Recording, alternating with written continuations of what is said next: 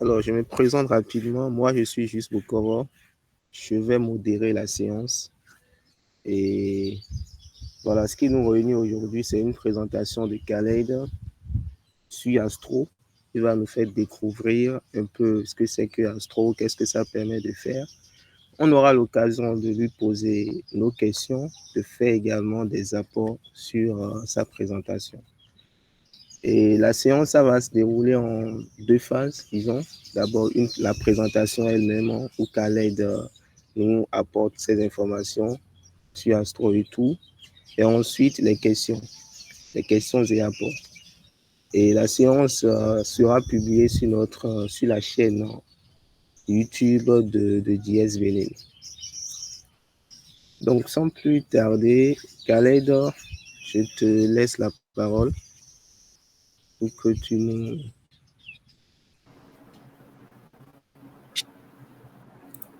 Ok, merci beaucoup, Juste. Alors, bonjour à tous. J'espère que vous allez bien cette magnifique matinée de samedi. Je suis content de vous avoir pour ce meet-là que nous allons faire pour parler de Astro, n'est-ce pas? Alors, comme vous pouvez le lire, Astro, un framework tout en un. On aura le temps de voir pourquoi ce titre est aussi accrocheur et ce qu'il cache, n'est-ce pas? Alors, je vais rapidement me présenter. Moi, c'est Khaledson. Je suis ingénieur front-end à MyInfo. Je suis aussi lead ingénieur à Wazemi. Wazemi, nous faisons un peu comme Gozem en fait. Ouais. Je suis consultant parfois et freelance. Ça, c'est très rare, mais rare. Je suis aussi CEO of CSS and Coding Wizard pour la bonne blague. Donc, sans plus tarder, nous allons commencer. Alors, quel est le plan de la présentation? Rapidement, nous allons parler des stratégies de rendu. Nous allons parler des stratégies de rendu sur le web et les frameworks. Comment on choisit un framework? Faire la comparaison entre Astro, XJS et Next, présenter Astro plus en détail, parler des limites qu'il y a aujourd'hui et on va conclure. Donc, on n'a pas beaucoup de temps pour ce mythe. On essaie de raccourcir les mythes. Donc, on va faire environ 30 à 40 minutes ensemble à tout casser. Alors, concernant les stratégies de rendu, nous avons, comme vous pouvez le lire ici, premièrement, les sites statiques.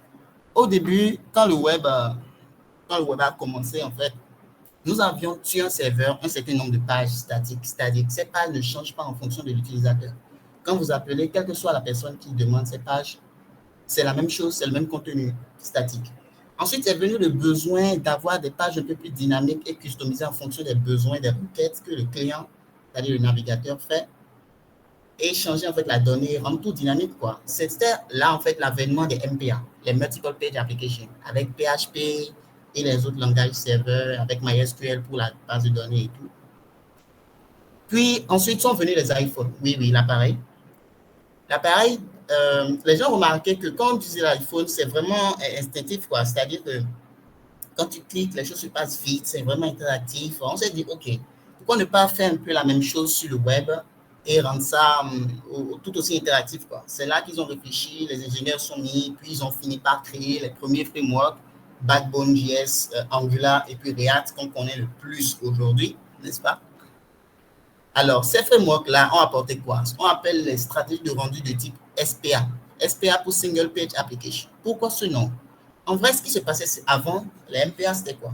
Tout se génère sur le serveur, n'est-ce pas? Les pages HTML sont générées sur le serveur, on envoie toutes les données. C'était rapide parce que c'était juste des fichiers statiques HTML qu'on rendait au final. Mais là, en fait, l'idée de SPA, c'est quoi?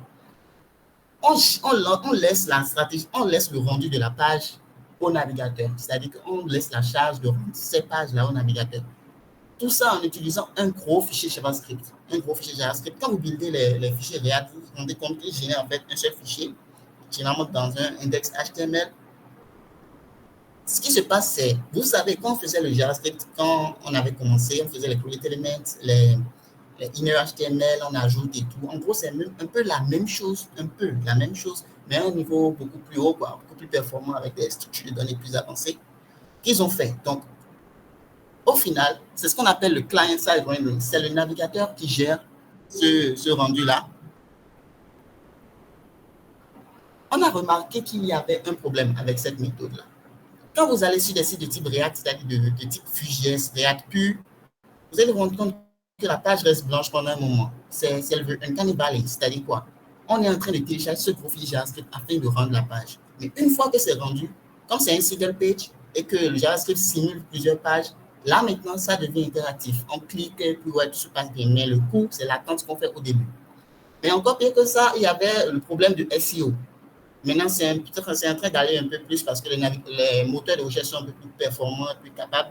Mais avant, vu que ça rend JavaScript, les crawlers de Google, les robots, qui permettent de ranker les pages en fonction de degré de significance sur le SERP de Google, les pages de ranking, n'arrivaient pas à lire votre contenu. Donc, quand ils viennent, ils voient la page blanche, ils voient qu'il n'y a pas de markup dans le body, ils vont se dire, OK, ce site ne parle de rien, on ne va pas le ranker comme il se doit. Donc, c'était vraiment le downside avec les SPA dans le temps. Puis, ils sont venus de Server-Side Rendering, le SSR. En gros, c'est les Next.js, les Next qu'on connaît aujourd'hui, qui ont pris en fait l'approche, les deux approches précédentes, MPA plus SPA, pour donner ce rendu-là. Ce qui se passe, en fait, c'est quoi? On retourne au MPA. On génère les pages sur le serveur, avec le HTML et tout, avec une petite instruction pour les navigateurs pour dire, OK, je te renvoie cette page HTML rapidement, et toi, tu prends ce petit fichier JavaScript pour hydrater la page. L'hydratation, c'est un concept important parce qu'il s'agit de rendre en fait dynamique. Après avoir affiché, il s'agit de maintenant rendre la page interactive avec du JavaScript. Donc, c'est ce que Next.js fait et ils font ça pour tous les éléments qui s'affichent en gros. Donc, c'est un peu ça en fait le comportement de Next.js en gros. Il y a beaucoup plus derrière, mais en gros, c'est ça. Le Static Site Generation est assez semblable. Je vais rapidement expliquer ce que c'est. C'est en gros un blog de développeur, par exemple. Il veut maintenir son blog. Un blog, on ne l'écrit pas chaque minute, en fait. Donc, c'est chaque semaine, chaque mois et tout. Donc, ce qu'il peut faire, en fait, c'est faire le server-side rendering. Mais en gros, quand il build l'application, en écrivant le Markdown, le blog, en local, quand il build, le contenu ne change plus une fois déployé. Donc, c'est un peu ça le Static Site Generation. Il y a beaucoup plus derrière ça, comme l'Incremental Static Generation, pour, en fait, du rendu incrémental. Donc, ça, c'est un peu plus avancé. Puis, sont venus, en fait, le Partial Adoration et le Lazy Loading. Je vais commencer par expliquer le Lazy Loading premièrement. Le Lazy Loading, c'est quoi? Il y a plusieurs termes en français. Chargement paresseux, chargement lent, on en entend. En gros, c'est charge ceci seulement quand tu en as besoin. Vous savez, on peut avoir, par exemple, une page complètement statique, c'est-à-dire une landing page, et avoir le footer le plus interactif qui soit. C'est-à-dire, il y a une map, il y a un newsletter, tu peux cliquer et puis faire des trucs, quoi. Mais le client qui vient, premièrement, il ne voit pas ça, en fait. Donc, pourquoi charger le JavaScript de cela avant qu'il ne vienne pour regarder ce footer-là? Donc, c'est un peu ce qu'ils ont apporté, en fait, le lazy loading, où on charge seulement quand on en a besoin. Ensuite vient le partial adoration, que je vais beaucoup plus expliquer aux côtés de Astro parce que c'est là qu'il intervient. C'est lui qui a un peu introduit ça, ce concept-là.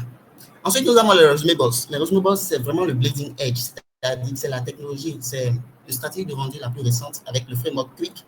En gros, ce qui se passe, c'est en fait, le serveur sérialise le JavaScript.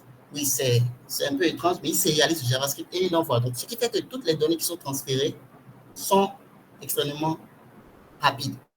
Donc, le site est extrêmement performant, mais actuellement, Qwik n'est pas encore très adapté, n'est pas encore très adopté parce qu'il est encore un peu, il n'est pas facile d'utilisation, il y a du travail à faire. Donc, c'est un peu ça, en fait. Tout ce topic-là, en fait, peut faire l'objet d'un autre meet avec quelqu'un de la commune parce que c'est assez intéressant, il y a beaucoup plus à dire là. Alors, nous allons maintenant, c'est important ce que je viens de dire pour pouvoir comprendre la suite. Nous allons maintenant voir comment choisir un framework. Oui, on est tous dans cette situation, on dit, OK, je fais React, tu fais Vue ou quoi. Bon, si je vais vous dire, faites React pour pouvoir manger et ensuite le reste pour les occasions qui viennent, si vous aimez bien. Comment choisir un framework? Cette méthode que je vais vous montrer, ce n'est pas moi qui l'ai créée, c'est un truc qui circule en fait dans la communauté. En gros, c'est les questions qu'on se pose en fait quand tu veux faire un site. Donc, première question, est-ce que le site est hautement interactif? Si tu réponds non à cette question, c'est que sûrement tu es en train de créer un site statique. Donc, tu peux utiliser Hugo, Astro, Eleventy, Jekyll, des sites, des générateurs de sites statiques pour faire le site. C'est-à-dire qu'il n'y a pas beaucoup, il n'y a vraiment pas beaucoup de JS en fait. Vous voyez? Ensuite, nous avons est-ce que vous avez besoin du SEO? Si vous avez répondu oui par la question, est-ce que c'est hautement interactif? Si vous avez besoin du SEO et que vous répondez non à cette question, alors vous êtes en train de créer un site de type SPA, c'est-à-dire React, Vue.js, Svelte, c'est framework pur que vous connaissez. Maintenant, si vous répondez non, si vous répondez oui à cette question, la dernière question que vous pouvez vous poser, c'est est-ce que ce contenu-là change souvent? Si ce contenu ne change pas souvent, alors vous faites ce qu'on appelle un SSG que j'ai expliqué en arrière là. Vous générez ça au build time et puis une fois que vous déployez, le contenu ne change pas souvent. C'est le comportement d'un blog de dev en fait. Mais généralement, les applis qu'on fait, vous voyez au Béni ici, généralement, on fait du full SSR. Donc, on prend un framework comme Next.js ou Node.js pour faire en fait notre site. C'est-à-dire qu'on a un site hautement interactif qui a du SEO quand on en a besoin et qui fait du rendu dynamique. C'est-à-dire que les données changent souvent chaque 2 minutes, 5 minutes, tout est interactif, quoi. Donc, c'était un peu ça, en fait, la façon dont on peut faire un choix de framework pour un projet. Ici vient maintenant Astro. Astro, c'est quoi? Astro, on pourrait l'appeler l'équivalent de Next.js, de Next que vous connaissez, un méta framework donc. Mais ils ne sont pas encore vraiment d'accord sur la prononciation. Est-ce que c'est vraiment ça? Est-ce que c'est pas ça ou pas? Donc, Astro, c'est un framework web pour pouvoir créer des contenus lourds, des sites lourds en contenu, de type blog, marketing, e-commerce et tout. Il est plus connu pour avoir été le précurseur du partial hydration que j'ai mentionné un peu plus tard là-bas. Le partial hydration, nous allons l'expliquer avec ces diagrammes-là. Astro contre Next et Next. Vous savez que Next.js, comme on l'a expliqué, lui, il envoie tout le JavaScript, il envoie le fichier HTML et ensuite il hydrate la page. C'est le processus d'hydration, comme on dit. Au final, toute la page est interactive avec du JS, même des portions qui n'en ont pas besoin. Donc, ils se sont posé la question, pourquoi? Donc, ils sont venus à dire, OK, au lieu de charger tout le JavaScript partout, nous allons faire ça pour les endroits qui en ont vraiment besoin. C'est là l'hydratation partielle. Partial hydration est venue. Donc, ici, vous pouvez voir en fait sur ce diagramme qu'on a le header avec les liens qui a le JS et les autres portions qui n'ont pas besoin de JS, qui sont rendues en HTML, en fichier statique, quoi, avec image et tout. Donc, ça, c'est un boost de performance énorme parce qu'on sait que le JavaScript, c'est ce qui cause le plus de problèmes de performance sur le web. Ensuite viennent les images et le reste ensuite. Donc, c'est un peu ça qu'ils ont fait. Astro, c'est beaucoup de features. Beaucoup de features que vous connaissez sûrement sur la plupart des frameworks, c'est-à-dire Next.js. Donc, nous allons rapidement passer dessus. Première chose dont nous allons parler, c'est du routing. Le routing, c'est vraiment pas compliqué, c'est un peu ce qui se passe dans Next. Je vais supposer que vous connaissez, hein. Sinon je peux rapidement vous montrer ce dont il s'agit. Donc, le file routing, c'est un système de fichiers, le routage basé sur le système de fichiers. Vous pouvez voir les pages, chaque fichier correspond à une page donnée. Donc, vous pouvez faire les anchor tags et en fait faire les params, en fait, un peu la même chose que vous faites dans les différents méta frameworks. Ensuite, vous avez ce qu'on appelle les layouts. Les layouts, si je peux, je vais commencer par partager une code base avec vous pour pouvoir expliquer cela plus en détail. Alors, je pense que vous voyez mon écran. Excusez, je vais réduire et augmenter la police. Alors, un layout, c'est quoi? En gros, c'est ça. C'est en gros une encapsulation en fait de logique front-end que vous pouvez faire et utiliser partout sur votre code base. En gros, vous avez ici le header, le footer, vous n'allez pas le mettre partout. Donc, vous comprenez un peu, c'est un peu comme ça. Il y a le même concept dans les autres méta frameworks. Alors, ensuite, on a ce qu'on appelle le SFC. Le SFC, c'est quoi? C'est une façon de créer les composants qui a été popularisée par Vue.js et Svelte, qui dit en gros, le composant se contient en lui-même. C'est-à-dire quoi? Ici, vous pouvez voir en haut, bon, ça c'est assez spécifique à Astro, entre ces 3 tirets-là, tout ce qui se passe ici est assuré d'être rendu sur le serveur. Donc, vous pouvez faire des appels d'API, vous faire les logiques back-end en JavaScript, les variables d'environnement, tout ce que vous voulez, et utiliser cela dans le markup ici. Ici, c'est JSS-like, c'est-à-dire quoi? C'est du JavaScript pur. Donc, si vous connaissez React, il fonctionne un peu pareil. Donc, vous faites des maps pour itérer un peu tout ça, quoi. Ici, c'est le style, un peu la même chose que Vue.js. Vous pouvez scoper ce style-là et puis ce sera seulement référent à ce composant-là. Même si vous avez des classes du même nom à travers le projet, ils ne vont pas se battre entre eux. Ici, c'est du JavaScript purement client, c'est-à-dire c'est une fois que la page s'affiche que le JavaScript ici est chargé. Donc, ici, c'est SFC. Vous pouvez faire des trucs que le navigateur peut voir. Alors, on a aussi ce qu'on appelle les content collection que je peux rapidement présenter. Ici, en fait, ceci, c'est la code base de mon blog que je vais présenter pour parler d'autres features. Mais ici, vous pouvez voir en fait, les content collection, c'est quoi? C'est une façon structurée et type safe, c'est-à-dire typée avec TypeScript, épisode, de gérer en fait du contenu à grande échelle. Donc, on peut écrire beaucoup d'articles avec du Markdown, ce que les développeurs aiment bien. Écrire des articles avec le Markdown et tout ça sera typé et vous pouvez l'utiliser. Il suffit de comprendre comment ça se met en place. Donc, ici, c'est le typage fait avec Zode et tout. Et vous pourrez l'utiliser dans votre projet afin de gérer vraiment efficacement votre site lourd en contenu et en contenu informationnel, en texte en fait. Donc ça, c'était le Content Collection.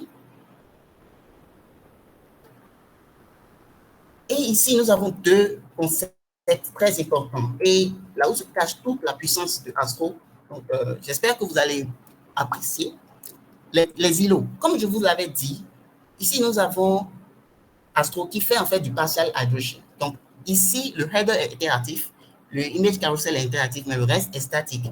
C'est ce qu'on appelle le Island Architecture, l'architecture en îlot, qui a été introduite par une ingénieure à Etsy, Sarah Miller, je pense, en 2018. Et puis, bon, ça a évolué et aujourd'hui, ça en est à ce stade où Astro le prend et fait ce qu'on appelle des front-end integration. Ici, comme vous pouvez le voir, Astro permet d'utiliser n'importe quel framework à l'intérieur. C'est-à-dire quoi? Le header peut être fait en React, le image carousel peut être en Vue, une autre partie en Svelte, en Quick et tout et tout. Donc, ce qui rend en fait le framework extrêmement puissant en fait dans le fait que ça gère en fait, ça permet de diminuer la fatigue décisionnelle qu'on a quand on doit prendre un nouveau dev par exemple. C'est un exemple assez gros, hein, mais bon, c'est un peu ça quoi. Donc, vous pourrez utiliser plusieurs frameworks ensemble. Ici, c'est le partial addition comme j'ai expliqué. Donc, on a un boost en performance et le TTI qui est bien plus diminué. Le TTI, c'est quoi? C'est le time to interactive, le temps qu'il faut pour la page pour être interactif. Puisqu'il y a beaucoup moins de JavaScript, le site est beaucoup plus rapide à charger. En fait, le slogan même de Astro, c'est de dire que nous allons shipper 0 JavaScript sur le client. Donc, le site est extrêmement rapide. Ensuite, viennent les besoins compliqués dont vous avez besoin et puis vous faites des composants clients. Donc, comme vous pouvez le voir, nous avons différents types d'intégration possibles. Lit, Solid, Alpine, Svelte, Preact, tout ce que vous voulez. Et ça fonctionne un peu comme les node modules de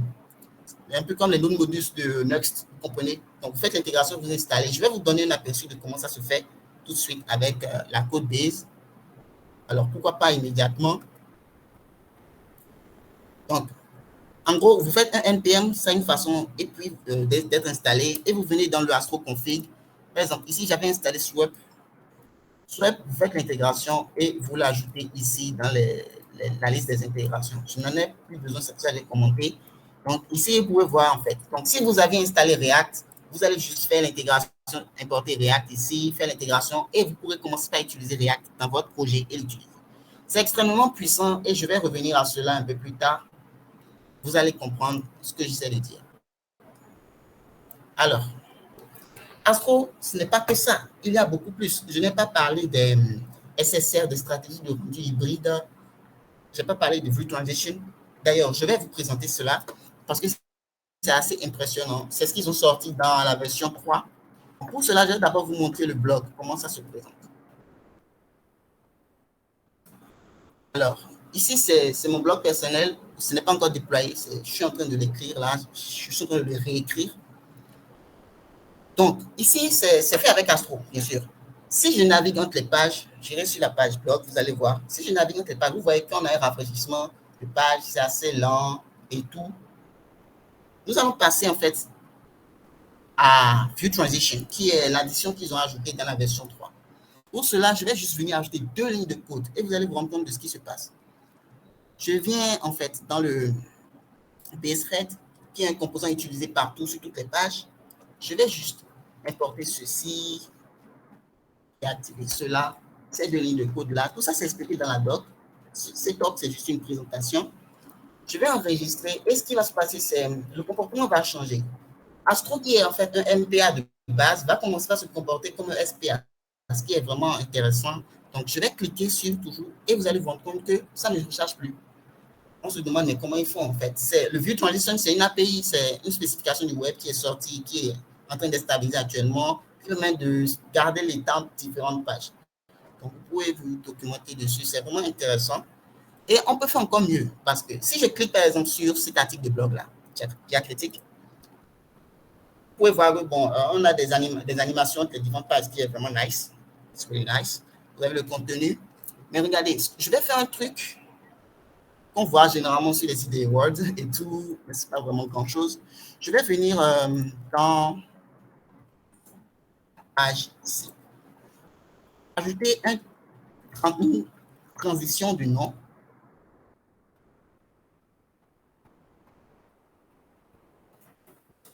Enregistrer. Venir dans le blog post. Ce qui va se passer, c'est quoi? En fait, j'ai dit cette image-là, je veux qu'elle ait une transition spécifique. Je veux que tu la traques entre des différentes transitions de page. Donc, en faisant cela, qu'est-ce qui se passe? Si je reviens sur le blog, que je clique, vous vous rendez compte qu'il y a en fait, il garde l'état et il fait la transition entre l'image qui était sur l'autre page et cette nouvelle page. Tout ça, c'est grâce au View Transition. On peut faire beaucoup plus que ça, mais c'est juste un intérêt intéressant. C'est vraiment intéressant. Donc, ça, c'était les View Transition. On peut aussi parler, vous allez par exemple vous poser la question, mais OK, tu as dit qu'on peut utiliser 2 frameworks à la fois, 3 frameworks et tout. Si j'ai besoin de communiquer entre un composant React qui est en haut là-bas et un composant Vue.js qui est en bas, ou même 2 composants React, c'est possible. Grâce à un autre projet qui s'appelle NanoStore. NanoStore, c'est quoi? Vous connaissez React, vous connaissez Redux, Nux et Suchten, c'est les librairies de gestion d'état. Ce que NanoStore permet de faire, c'est de communiquer entre n'importe quel framework. Donc, vous pourrez avoir de la gestion d'état entre un composant React qui est ici et un composant Svelte qui est là et tout, et ça va fonctionner correctement. Donc, c'est un projet, bon, c'est expliqué plus sur la doc et sur le repo de NanoStore. Mais c'est intéressant dans le sens où si vous avez un site e-commerce, vous avez le panier en haut, le bouton d'ajout. Si vous cliquez, les deux pourront communiquer, qu'ils soient de différents frameworks ou du même. Alors, nous allons continuer avec la présentation.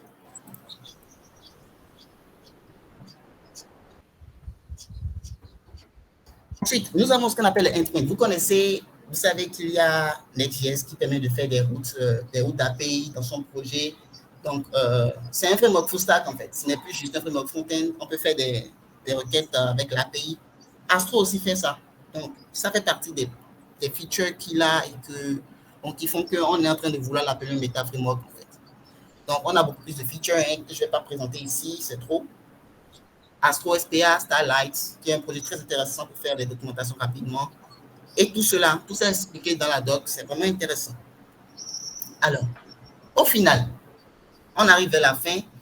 Est-ce que Astro est vraiment un framework tout en un et ultime? On va essayer de récapituler tout cela avec la méthode qu'on avait adoptée avant. Est-ce que vous avez besoin d'un site hautement interactif? Non. Utilisez Astro, puisqu'il est fait pour ça de base. Un site statique, il est vraiment le meilleur en fait. Maintenant, si oui, vous avez besoin d'un site interactif, est-ce que vous avez besoin d'un SEO? Non. Toujours Astro, grâce au Front-End Integration. Là, en fait, je vais vous expliquer un concept. Un concept intéressant et qui fait que, bon, c'est quelque chose que beaucoup ne savent pas pour l'instant. Comme je l'avais expliqué ici, vous pouvez faire des intégrations de framework. Donc, imaginez, vous avez votre projet React, déjà fonctionnel. Fait un React plus, bien sûr. Create vite React, ces trucs-là. Vous copiez le dossier, vous le collez dans votre projet Astro. Le app.txt, qui est le root, qui est Le projet AppTSS, qui est le root de tout le projet, contient tous les composants enfants, toute l'application en fait. Si vous l'utilisez comme directive client pour l'intégrer dans Astro, vous aurez alors toute l'application React dans le projet Astro, ce qui est vraiment puissant, je vais vous dire. Pourquoi? Parce que vous aurez tous les avantages d'Astro, la vitesse, parce qu'on ne le dira jamais assez. Astro, c'est le framework MPA le plus rapide actuellement à l'heure qu'il est. J'ai bien dit MPA. C'est expliqué dans la doc ici, comme vous pouvez le voir, c'est très rapide. Ne prenez pas mes mots pour acquis. J'ai testé avec, bon, moi, je sais que Next est très lent, très, très lent. Next, pareil. En fait, quand vous faites la comparaison, vous allez remarquer. Donc, c'est un peu la comparaison qu'ils ont fait. Puis, la communauté a confirmé ça. C'est Bleeding Edge. Donc, c'est un peu l'avantage que Astro a, en fait. Donc, vous pourrez embarquer tout le dashboard dans votre projet Astro qui a des pages marketing, optimiser SEO, tout ce qu'il y a d'intéressant, les flux RSS, tout ce que vous voulez, Satmaps, et une portion qui est faite en React, puis tout un dashboard fait React. Donc, vous allez comprendre que c'est en train de vouloir compétir avec Next.js, qui lui fait en fait, en gros, il te donne un gros sac et te dit, vas-y, tu pourras avoir besoin de quelque chose dedans. Ce qu'Astro fait, c'est quoi?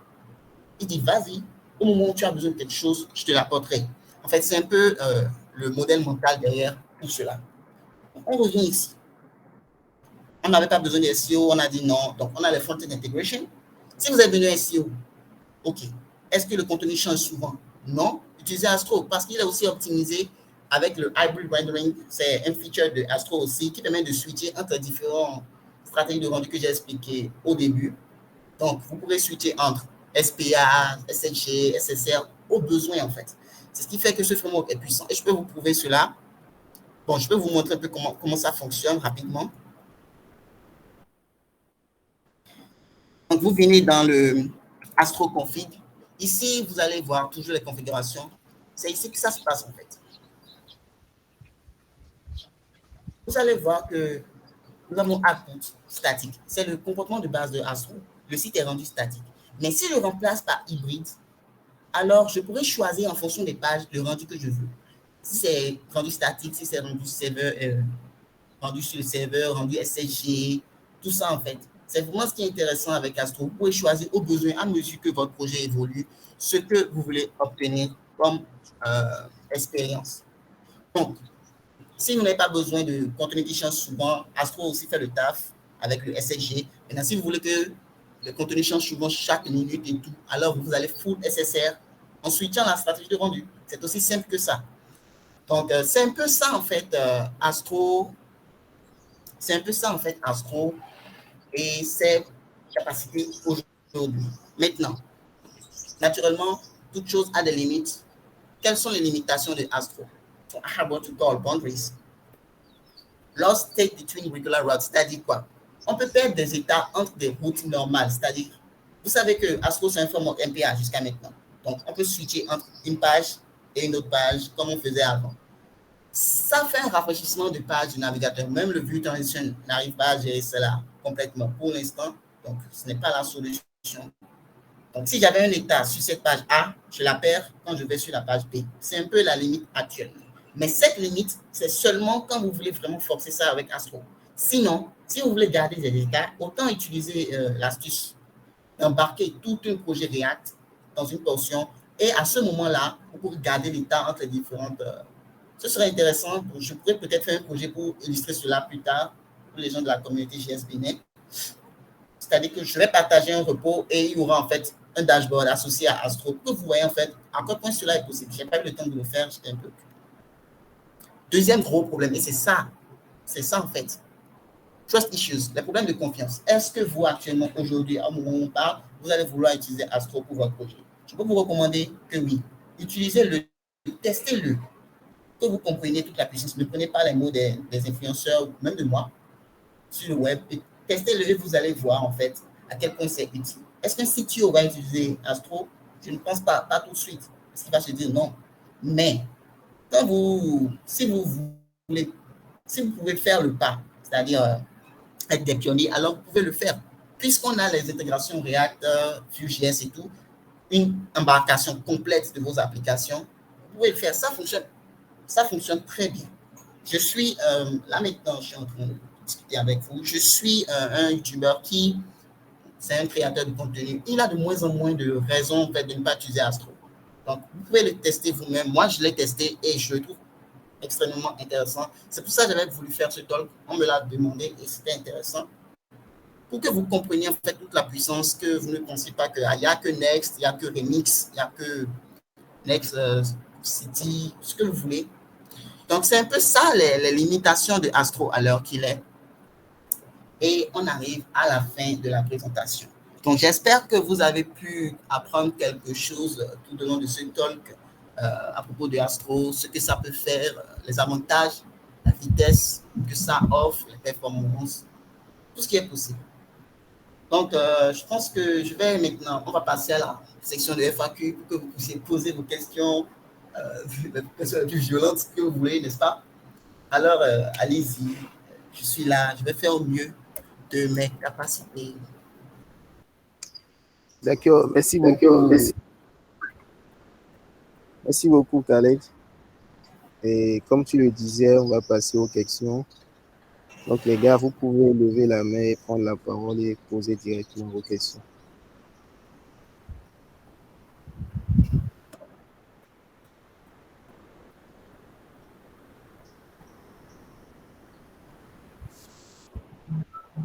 Vous pouvez poser des questions, les gars.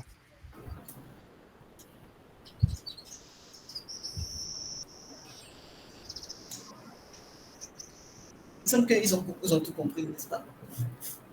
Alors, moi, j'ai une petite question là.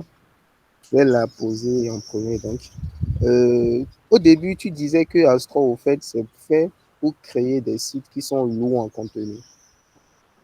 Oui, oui. Et au fait, qu'est-ce qui permet aujourd'hui, en tout cas dans ce qu'ils ont fait là, dans Astro, qu'est-ce qui permet à Astro aujourd'hui de pouvoir gérer ça? Parce que si je comprends bien, c'est qu'il permet de le gérer plus facilement. Mais qu'est-ce qui lui permet ça aujourd'hui? Et pourquoi est-ce que quand on prend d'autres frameworks, hein, c'est pas peut-être Nest, pourquoi est-ce que Astro est mieux dedans dans la gestion Ok, des sites ok, loin de ok. Donc, tout ça a rapport avec déjà l'organisation de Astro. Astro est basé sur le Markdown au départ. Bon, un développeur qui veut faire un site, il peut prendre Next, n'est-ce pas? Mais comme je l'ai expliqué, c'était pour ça c'était important les stratégies de rendu. Next.js hydrate toute la page. Cette portion peut ne pas avoir de JS, il va la rendre avec JS au final. C'est ce qu'on appelle la full hydration. Astro, lui, fait l'inverse. C'est-à-dire, il dit, OK, seulement cette portion-là aura besoin d'une partie interactive. Ce qui fait que entre Next et Astro, il y a une différence de performance. Donc, quand vous venez sur un site Next.js, vous allez voir que la page vient, mais vous devez attendre avant de commencer à cliquer sur les éléments. Donc, c'était un peu ça, en fait, la différence. De un. Ensuite, j'avais expliqué les Content Collection. Content Collection, ça permet de gérer efficacement de gros volumes de données avec, je l'ai prouvé avec le blog. Donc, c'est un peu comme ça que ça fonctionne. On a les blogs que j'écris en Markdown ici que je peux rendre. Donc, imaginez par exemple que vous avez un CMS déployé qui gère tout cela de façon dynamique. Donc, votre équipe éditoriale va écrire le contenu là-bas qui sera généré en Markdown et intégré dans Astro qui a un support premium du Markdown. Vous comprenez? Ce qui fait que avec sa stratégie de rendu en ILO, avec son partial adoption, son lazy loading, c'est-à-dire les directives clients, vous aurez un site extrêmement performant. Donc, par rapport à Next, c'est un peu la différence qu'il y a si vous deviez faire un choix, en fait. AstroSys, vous pouvez voir déjà sur la page de Astro, Firebase l'utilise déjà pour certaines de leurs pages, ce n'est pas Agi, il y a plusieurs personnes qui l'utilisent pour des sites e-commerce, des portfolios et tout. Pourquoi? Parce qu'on s'est rendu compte de la performance que cela obtient à cause du factor agression. Je ne sais pas si j'ai bien répondu à ta question. Bon, ce que j'ai compris, c'est que tu as brièvement parlé de performance et que Astro essaye des fois de ne pas faire des rendus inutiles, des hydratations plutôt et tout. Mais moi, je m'attendais beaucoup plus à une réponse un peu plus technique, hein, je ne sais pas. Parce qu'au fait, de ce que tu as parlé d'hydratation et tout, mais ça se fait dans le front-end. Mais pour moi, au fait, si on dit qu'il y a quelque chose qui, qui permet de créer des sites lourds en contenu, alors moi, je me dis qu'au fait, sa puissance doit rester dans son backend, pas dans son backend, ouais, son côté serveur, mais pas dans son côté client. Et bon, moi, je m'attendais beaucoup plus à une réponse qui explique un peu comment est-ce que le backend de Astro est fait, et comment est-ce que ça permet de gérer les sites lourds en contenu. Mais bon, je vais me renseigner sur le sujet aussi. Et voilà. Merci beaucoup.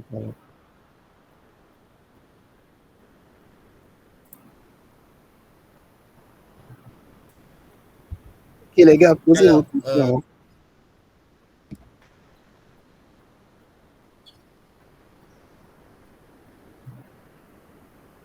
Il n'y a pas de questions. Est-ce qu'il y a quelqu'un d'autre dans le. Désolé. Est-ce qu'il y a quelqu'un d'autre dans le call qui a déjà essayé Astro et qui peut nous partager un peu son expérience? Il y a la deux. Ah, elle a dit.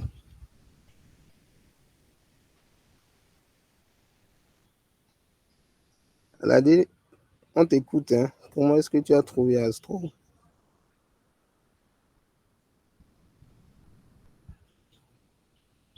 Bonjour tout le monde, j'espère que vous portez bien.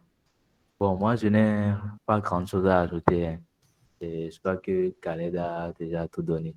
Tout ce que moi, je vais dire, c'est que si par exemple, je suis en train de reprendre mon portfolio, par exemple, appel, avec et Astro, et je ne peux que commander ça pour des sites statiques et, comme on appelle, de petits sites web, en fait. Mais pour des projets plus complètement, je ne recommande pas.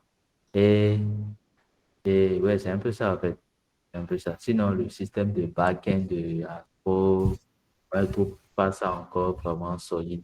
En fait, c'est la plupart des projets que vous allez trouver avec Astro sont, comment on appelle, et on utilise souvent la techno pour faire plus de sites statiques, en fait, et montrer juste la performance en côté statique. Mais sinon, les autres manquent aussi. Pouvez avoir ce que vous voulez, par exemple, avec Nest. Et c'est pas le Markdown qui va slow down votre, comment on appelle, et le rendu de vos pages. Donc, c'est à vous de voir, en fait. C'est moi mes recommandations, en tout cas. D'accord. Merci beaucoup, Valadé. Ok. Bon, on n'a pas de questions.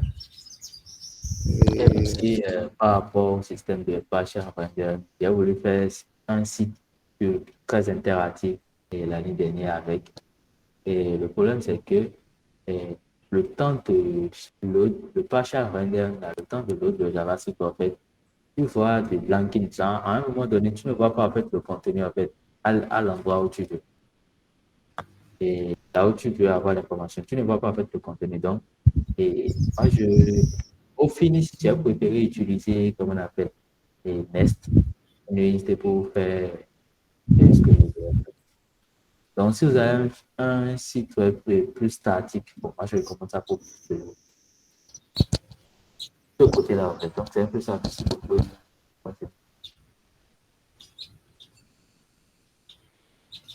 D'accord. Ok. Merci pour le partage. Ok. Euh, Moi, pas de j'ai une questions. question. J'ai une Ah, d'accord. question pour le présentateur, en fait. Est-ce que, vu que Astro, sa spécialité, c'est les sites statiques, en termes de besoins en site statique, on a souvent besoin de faire l'internationalisation. Est-ce qu'il a déjà géré ça avec Astro et comment ça se passe? de façon un peu ramassée, hein, de façon résumée. Est-ce qu'il peut expliquer un peu comment ça se passe? Ok, l'internationalisation, j'y ai pensé pour mon blog, mais bon, je n'avais pas trop envie de m'embarrasser de ça. Mais Astro a un support pour ça. Dans la version 3 ou 4, je pense, sortie récemment, ils ont un support pour l'internationalisation qui est bien expliqué le, dans la doc. Donc, en gros, c'est une intégration front-end aussi qu'ils font en fait. Et tu peux séparer ton contenu en fonction de la langue. Donc, avec ça, vous aurez accès à un composant que vous allez écrire pour pouvoir switcher la langue et automatiquement, le contenu sera rendu. Donc, Astro a un First Class Support for Internationalization que vous pouvez utiliser pour rendre votre page en différentes langues si vous voulez. Bon, moi, je n'ai pas utilisé toutes les features d'Astro, je n'en ai pas besoin de toute façon, comme les CMS, stratégies de rendu hybride, mais c'est là. Ce que j'essaie de vous dire, en fait, c'est quoi? Actuellement, il n'est pas encore complètement mature, mais il gère la plupart des use cases, comme ce que vous venez de poser comme question ici, là. Donc, promenez-vous dans la drogue, c'est une des meilleures docs que j'ai vues, bien écrite, illustrée. Voilà. Super.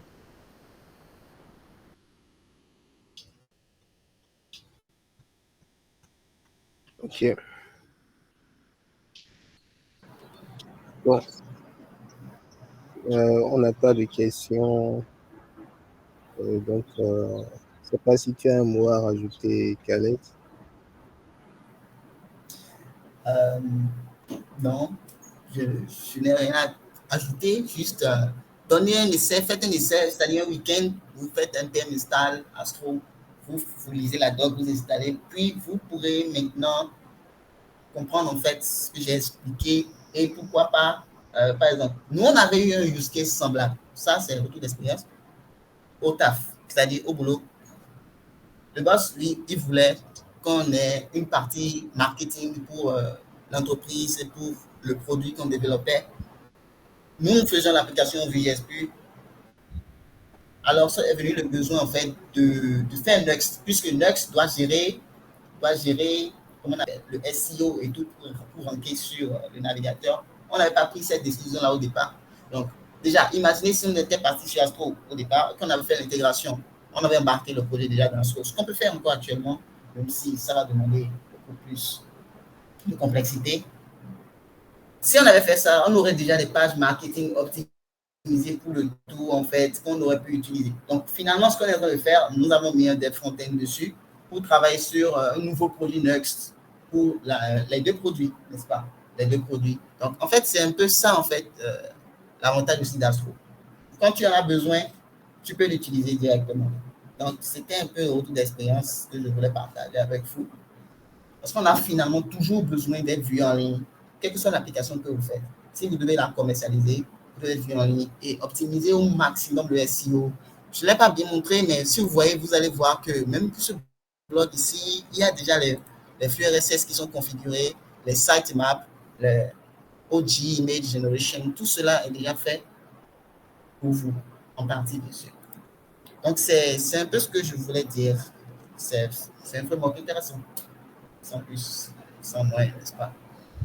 Donc, s'il n'y a pas de questions, je pense qu'on va se libérer, n'est-ce pas? Nous avons Oui. fait 40 minutes. Ouais, je pense on va clôturer la séance. Et merci beaucoup, Khaled. Moi, je vais le tester. Je vais tester Astro et voir ce que ça donne et tout. Ok. Bon, merci beaucoup à tous. Merci pour avoir participé au call, même s'il n'y a pas eu de questions. On en a eu quelques-uns. On espérait en avoir beaucoup plus, mais on n'en a pas eu. Ok. Donc, merci beaucoup à tous. Je vous souhaite une bonne suite de week-end et on se tient au courant sur les réseaux.